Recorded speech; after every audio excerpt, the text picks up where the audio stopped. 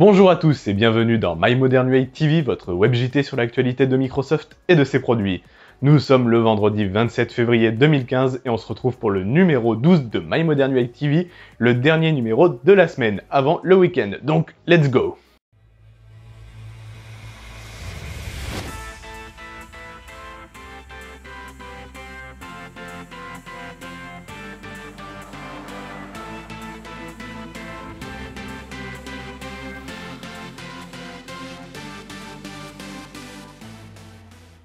La société Softcard est spécialisée dans des solutions de paiement mobile par NFC notamment via une application disponible sur Google Play et le Windows Phone Store.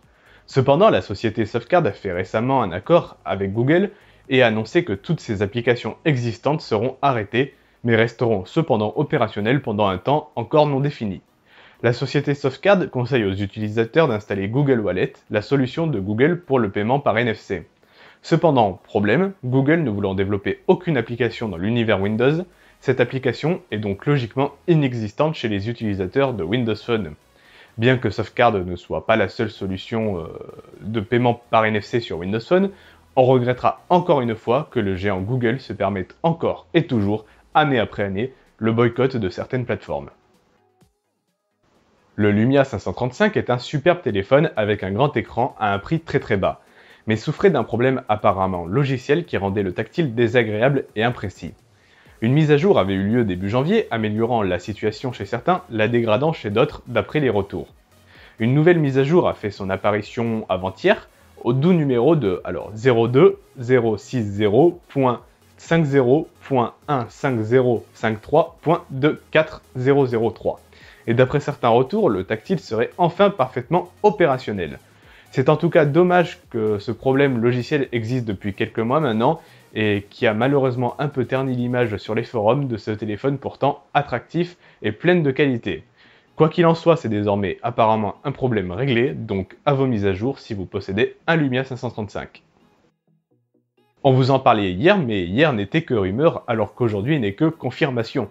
En effet, la rumeur d'hier de l'arrivée de gros jeux offerts pour les membres du Xbox Live Gold est bien confirmée. On rappelle donc que du côté de la Xbox 360, Tomb Raider sera disponible du 1er au 15 mars, puis sera suivi de BioShock Infinite du 16 au 31 mars. Du côté de la Xbox One, vous aurez le droit et la joie de pouvoir jouer à Rayman Legends, ce magnifique jeu de plateforme d'Ubisoft, en plus de Idart déjà proposé ce mois-ci, qui est un jeu assez fun et totalement déjanté. Il ne reste plus que la confirmation pour le mois d'avril qui, d'après les rumeurs, permettrait d'obtenir 2 fois plus de jeux offerts. Affaire à suivre, en attendant, profitez bien de vos jeux de mars. Le site Windows App Studio permet de créer des applications Windows et Windows Phone sans trop s'y connaître en programmation. Ce site, toujours en bêta, vient d'être mis à jour avec comme nouveauté la possibilité d'inclure des images JPEG ou PNG avec tous les outils de contrôle sur l'image nécessaires comme le zoom, le recadrage et ainsi de suite.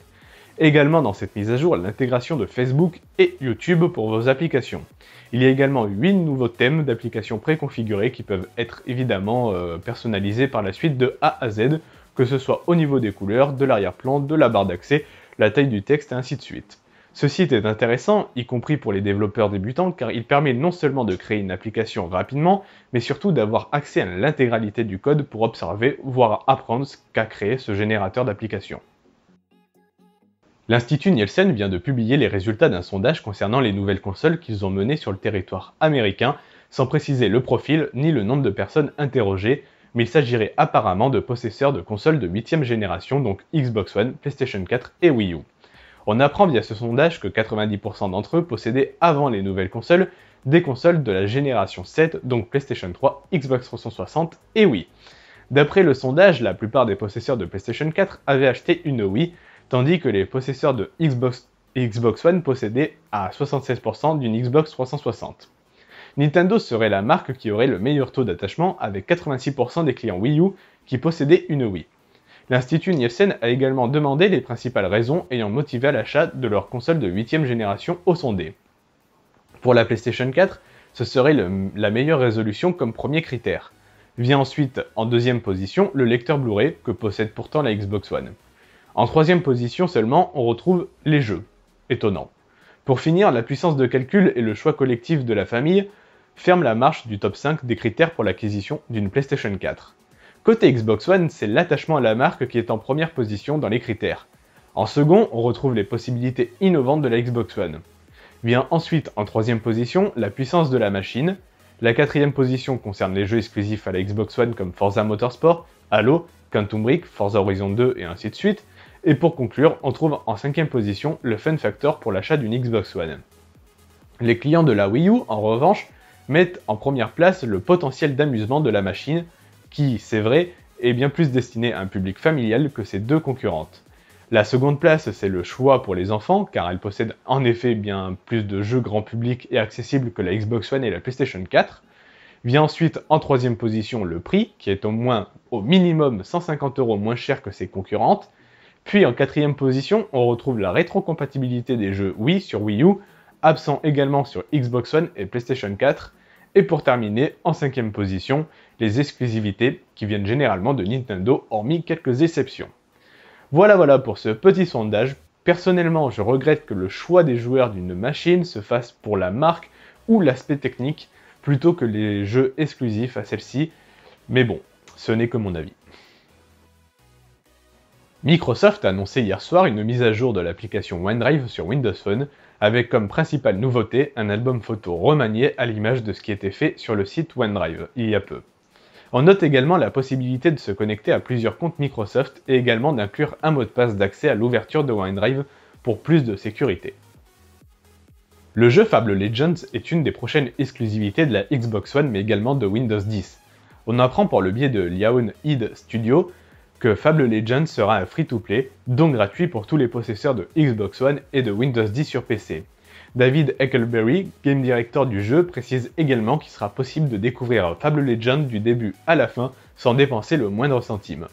Vous aurez donc accès à l'histoire principale du jeu, à des héros ou des vilains grâce à un système de rotation qui vous permettra de profiter de tous les personnages proposés, à toutes les quêtes, à un système de personnalisation ainsi qu'à tous les contenus ayant un impact sur le gameplay en jouant simplement au jeu.